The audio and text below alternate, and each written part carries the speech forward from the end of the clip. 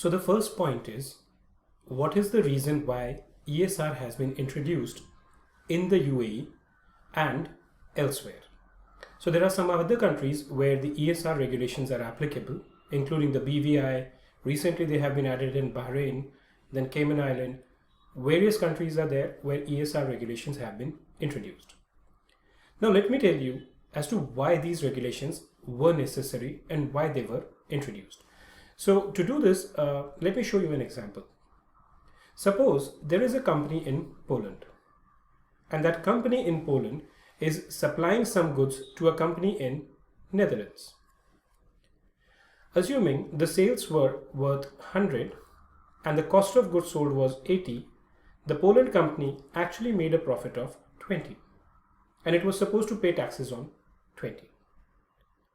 But what generally, or many multinationals, I would not say generally, but what many multinationals used to do was that they used to incorporate a subsidiary in some other country where, let's say for example, they incorporated a subsidiary in UAE and they sold goods to such subsidiary not at 100 but at a lower value.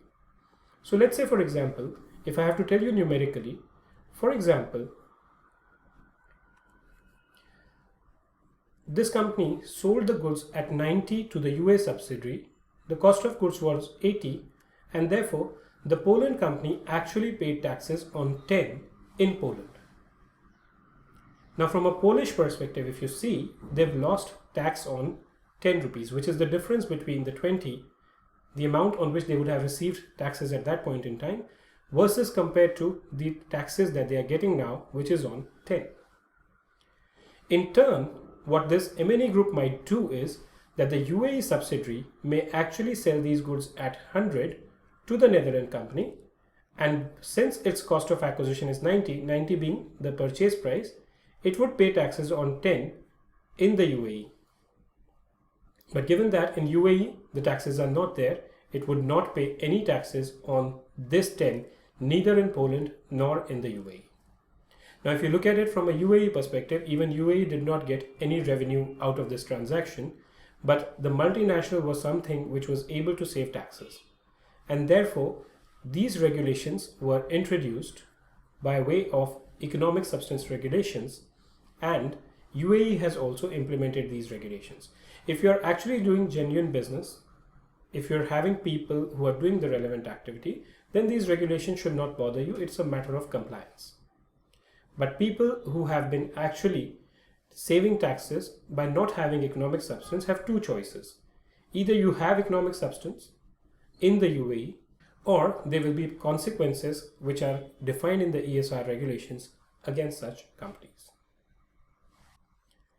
So if I look at how has the development taken place in the UAE in the last 1 year, the first thing that happened was that in April 2019, the UAE cabinet had issued the economic substance regulations with immediate effect.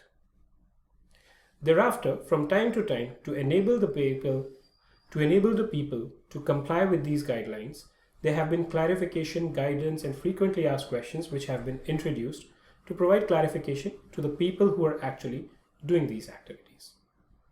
So insofar as the further developments are concerned, the relevant authorities who were supposed to take care of various activities. So just to give you a brief example, there are 9 activities which are covered for economic substance regulation.